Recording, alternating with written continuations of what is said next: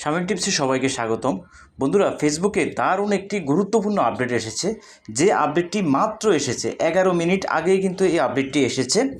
এখন আমি ভিডিও করতেছি 10:53। তাই এই আপডেটটি যেহেতু গুরুত্বপূর্ণ আপডেট, তাই আপনাদের সাথে শেয়ার করব। তো দেখুন এখানে কি বলছে ফেসবুক।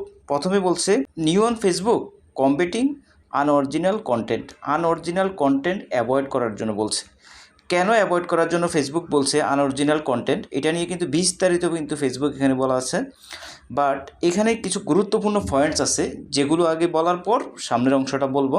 দেখুন এখানে কি বলছে, tips for maximise your content potential.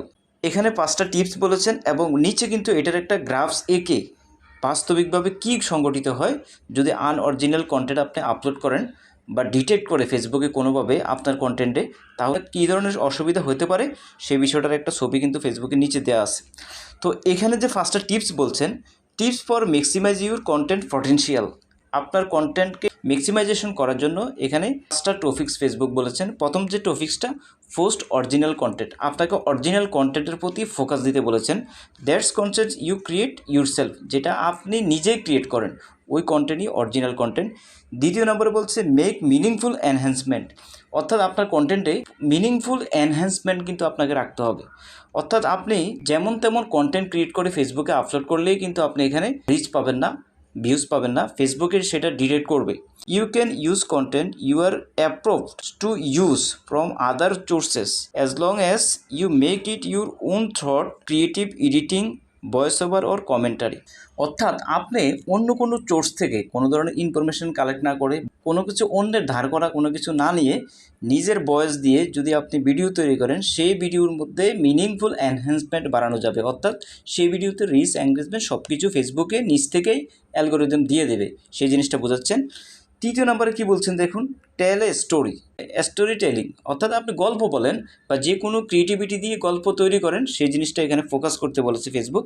নিচের অপশানটা কিন্তু গুরুত্বপূর্ণ, অ্যাভয়েড ওয়াটারমার্ক।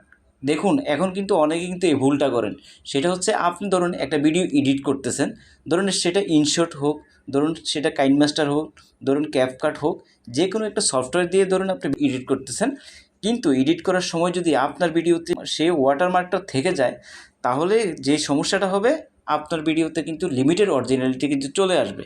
অর্থাৎ ওয়াটারমার্ক কিন্তু আপনি রাখতে পারবেন না, এটা কিন্তু খুবই গুরুত্বপূর্ণ।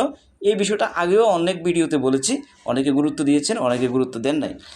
Avoid using visible third party watermarks and content that is visible recycled from other apps or source.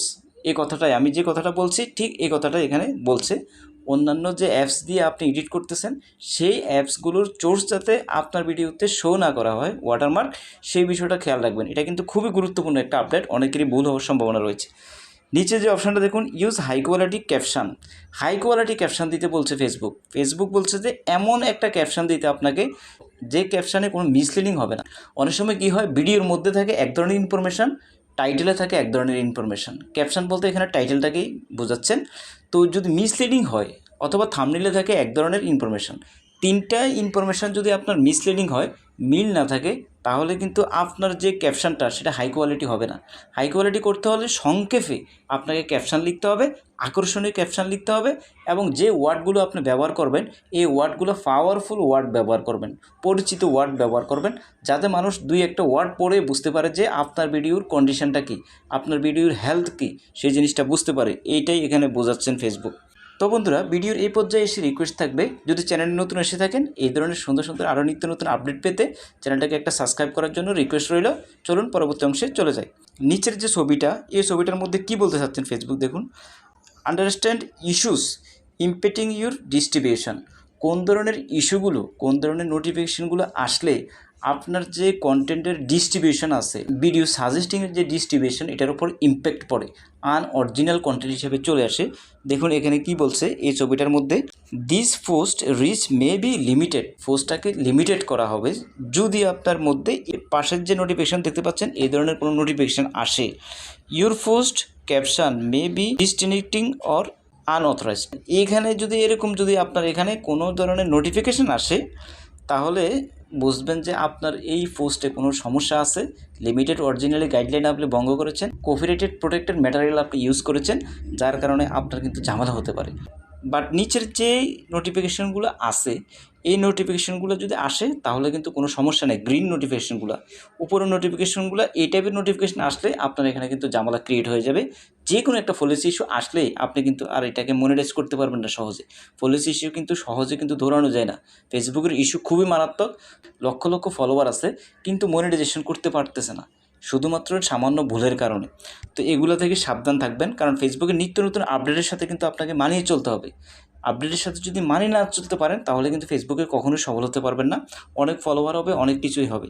তো এখানে মূলত ফেসবুকে যে বিষয়টা ফোকাস দিয়েছেন সেটা হচ্ছে এই যে ছবিটা দেখতে পাচ্ছেন, এই ছবিটা দিয়ে ফেসবুক মূলত এমন একটা জিনিসকে ফোকাস দিচ্ছেন, সেটা হচ্ছে অরিজিনাল ভিডিও নিয়ে কাজ করার জন্য কিন্তু ফেসবুক আপনাকে ফোকাস করতেছেন। সেই জিনিসটা কি দেখুন, what to expect accounts that improperly reuse someone else's videos, photos or text post repeatedly will not only lose access to the Facebook monetization programs for a period of time but will also receive reduced distribution or everything they share। বলছে যদি আপনি original video নিয়ে কাজ না করেন, repetitive কোনো কন্টেন্টকে upload করেন, তাহলে আপনার মনিটাইজেশন দিবে না, বরং আপনার যে ভিডিওর রিচ আছে, ডিস্ট্রিবিউশন আছে, ভিডিওর যে রিচ আছে, যে ভিডিও আপনাকে ফর ইউতে পাঠাতো সেই ভিডিওগুলো কিন্তু রিচ ডাউন করে দিবে এবং ডিস্ট্রিবিউশনও ডাউন করে দেবে। এই জিনিসটাই ফেসবুক এখানে বোঝাতে চাচ্ছেন। In addition, if our systems detect duplicate video on Facebook we will reduce the distribution of the copies of that original creator can get the visibility they deserve. এই কথাটা কিন্তু খুবই গুরুত্বপূর্ণ। যদি ফেসবুকের সিস্টেম সেই ডুপ্লিকেট ভিডিওটাকে আইডেন্টিফাই করতে পারে, তখন সেই ডুপ্লিকেট ভিডিওগুলোর কিন্তু রিচ লিমিটেড করে দিবে, যার কারণে অরিজিনাল যে ভিডিওটা আছে সেই ভিডিওটার কিন্তু রিচ বেড়ে যাবে, সেই ভিডিওটা প্লে হতে থাকবে। এই জিনিসটাই ফেসবুকে বোঝাতে চাচ্ছেন। তাই ডুপ্লিকেট কোনো কিছু নিয়ে কিন্তু কাজ করবেন না। ডুপ্লিকেট কোনো কিছু নিয়ে কাজ করলে কিন্তু সামনে কিন্তু বিপদ। আপনার সব কিছুই ঠিক থাকবে, প্রোফাইলও গ্রিন দেখাবে, কিন্তু মনিটাইজেশন পাবেন না। একেবারে উপরে যদি চলে আসি তাহলে এখানে দেখুন কি বলছে, reducing unoriginal content. Unoriginal content নিয়েই এতক্ষণ যে কথা বলেছিলাম সেগুলো বলছেন।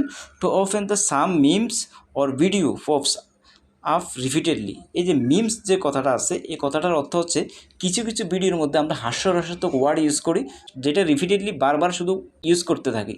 এই যে মিমসগুলো আছে এই মিমসগুলো কিন্তু ব্যবহার করা যাবে না। কিছু ভিডিও ফুটেজ আছে, অর্থাৎ আপনি একটা কথা বললেন, একটা এমন কিছু ভিডিও ফুটেজ আছে যে অনেক হাসি দিয়ে উঠলো বা অনেক দুঃখ প্রকাশ করলো, এই যে মিমসগুলো আছে, ছোট ছোট ভিডিও ক্লিপ আছে, এগুলো কিন্তু ভিডিওতে রিপিটেডলি ব্যবহার করতে ফেসবুক নিষেধ করেছেন। এগুলো যদি ব্যবহার করেন তাহলে আপনার কন্টেন্ট কিন্তু আনঅরিজিনাল কন্টেন্টের আওতায় চলে আসবে। তো এভাবেই নিয়ম মেনে কাজ করলে আপনি সফল হতে পারবেন। তো বন্ধুরা, ভিডিওটি শেষ পর্যন্ত দেখার জন্য অসংখ্য ধন্যবাদ। যদি চ্যানেলে নতুন এসে থাকেন চ্যানেলটাকে একটা সাবস্ক্রাইব করে ভিডিওটিকে লাইক এবং শেয়ার করে রাখুন। ভালো থাকুন, সুস্থ থাকুন, দেখা হবে নেক্সট কোনো ভিডিওতে। আল্লাহ হাফেজ।